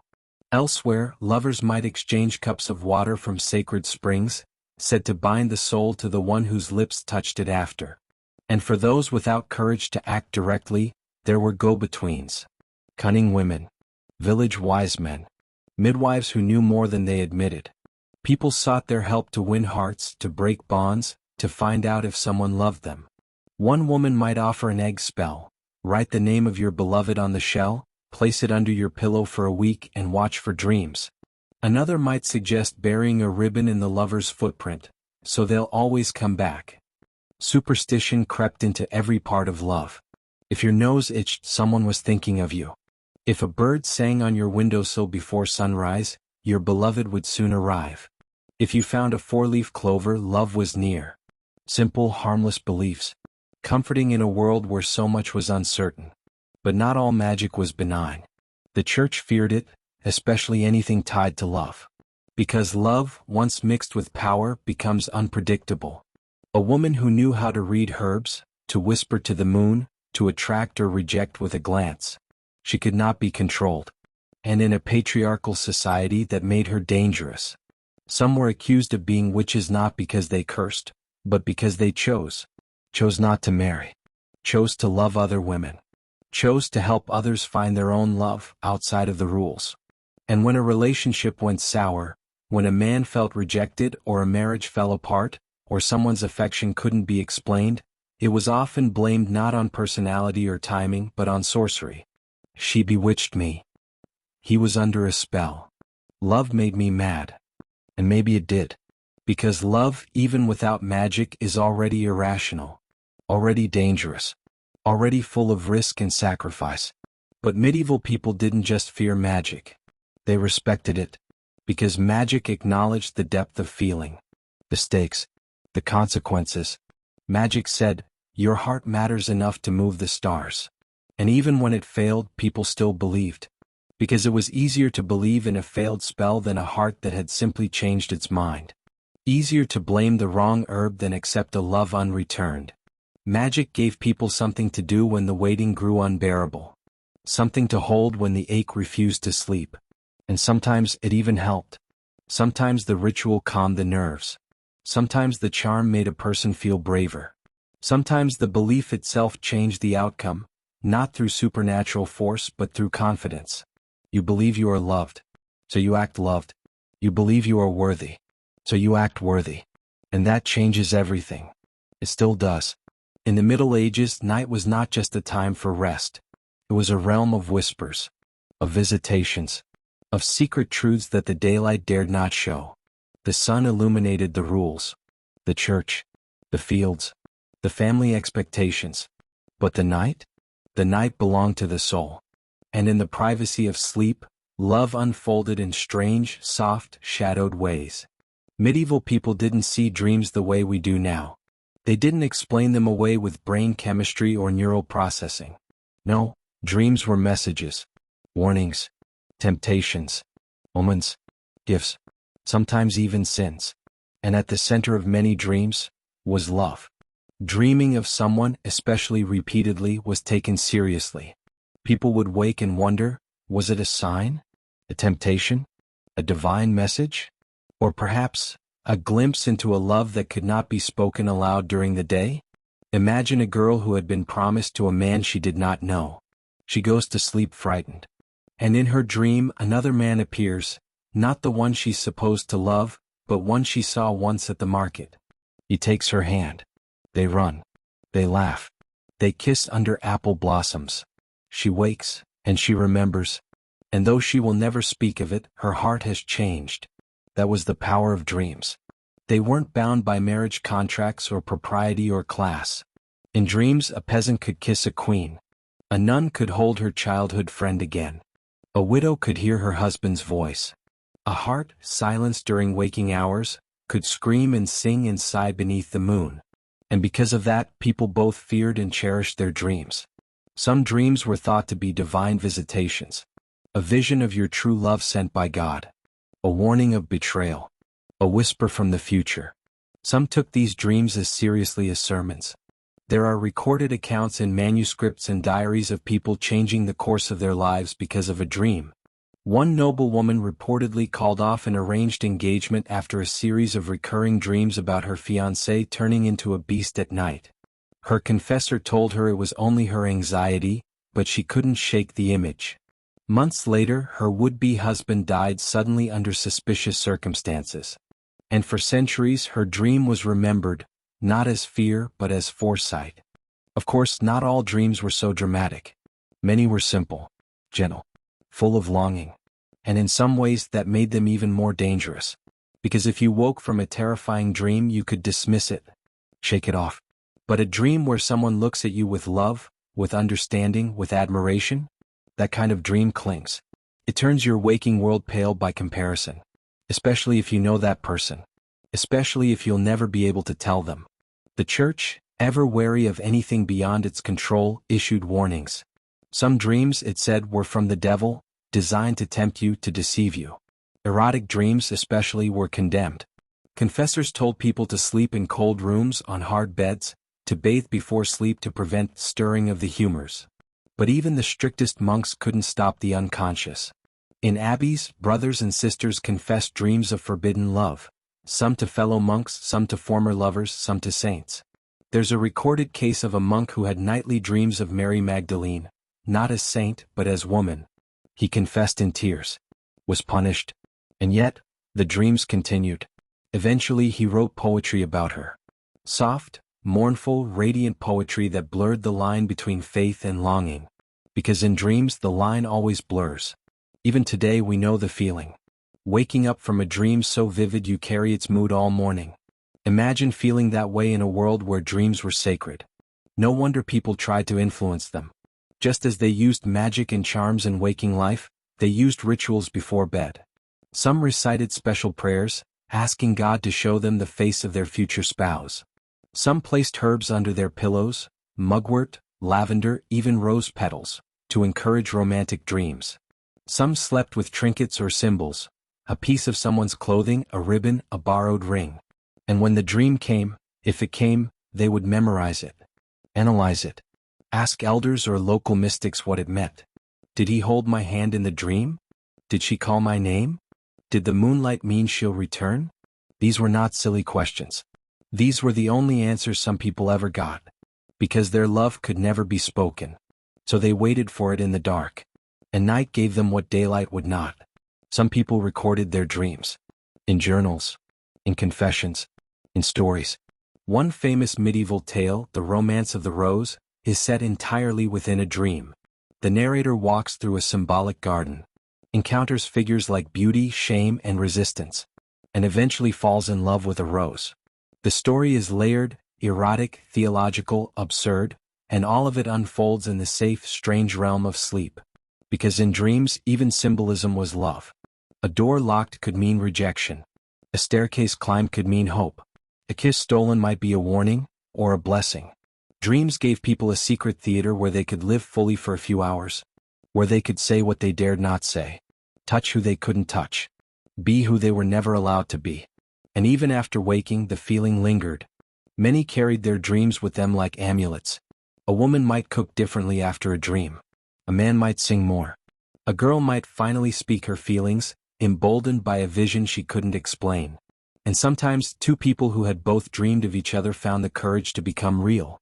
Because that's what dreams do. They whisper what's possible. And sometimes, they make it happen. Imagine this. Somewhere deep in the folds of time, a village settles beneath a purple dusk. The fields are silent. The tools have been put away. The hearth is lit.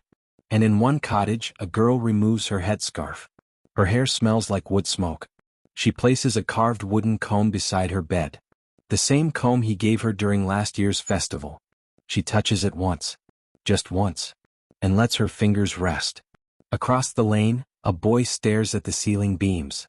He had seen her earlier, gathering firewood. He didn't speak. He couldn't. But he nodded. And she nodded back. He's replayed that moment a dozen times since the sun set. Not far away, an older couple shares bread. She passes him the last piece without asking. He pours water into her cup. Neither speaks. But when he sneezes, she reaches across the table to touch his wrist. Briefly. As if to say, I remember you when you were strong. And I love you still. In another house, a widow draws the shutters. She's lit a candle even though she doesn't need one. It's for company. It flickers like laughter, like conversation. She sits down and opens a folded scrap of parchment.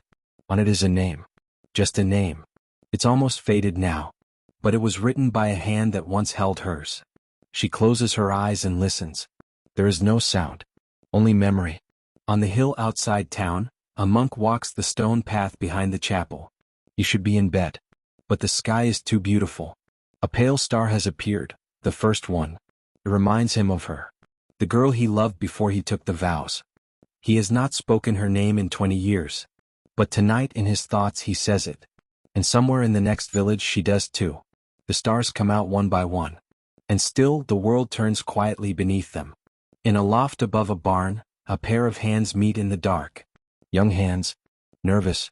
They don't speak. They just lie side by side, hearts thudding so loudly that it feels like thunder. The barn smells of hay and horses, but in that moment, it is a cathedral. A sacred space for something just beginning.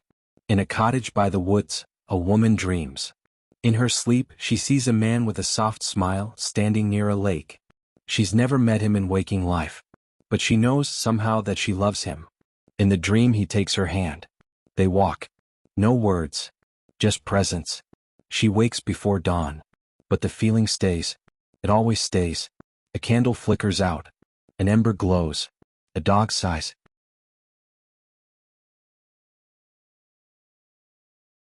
A baby born just days ago coos in sleep beside her mother. The father watches them both. He didn't know he could love this much, but he does. And in the stillness he promises silently, "I will never leave." The promise is enough. Not far from there, two women sleep side by side in secret. They are cousins in the eyes of the village. Roommates, helpers.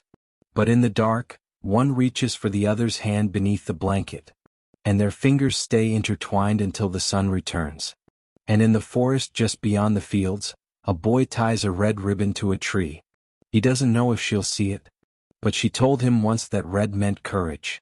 So he leaves it there, hopeful. The wind carries the scent of pine. The moon hums, and the world falls asleep. All of it, together. And you? You are still here. Still listening.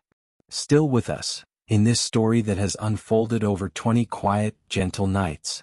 You've walked through castles and cottages. You've sat by fires, danced at festivals hidden behind barn doors. You've dreamed. You've remembered. And maybe, just maybe, you found a part of yourself in them. In the longing. In the laughter. In the waiting. Because love, whether felt by queens or shepherds, sung by monks or muttered by widows, is the same. It's human. It's holy. And it always finds a way. So sleep now. Let the candle burn low. Let the stars keep watch. And if someone visits you in a dream tonight, smile. They've been waiting for you.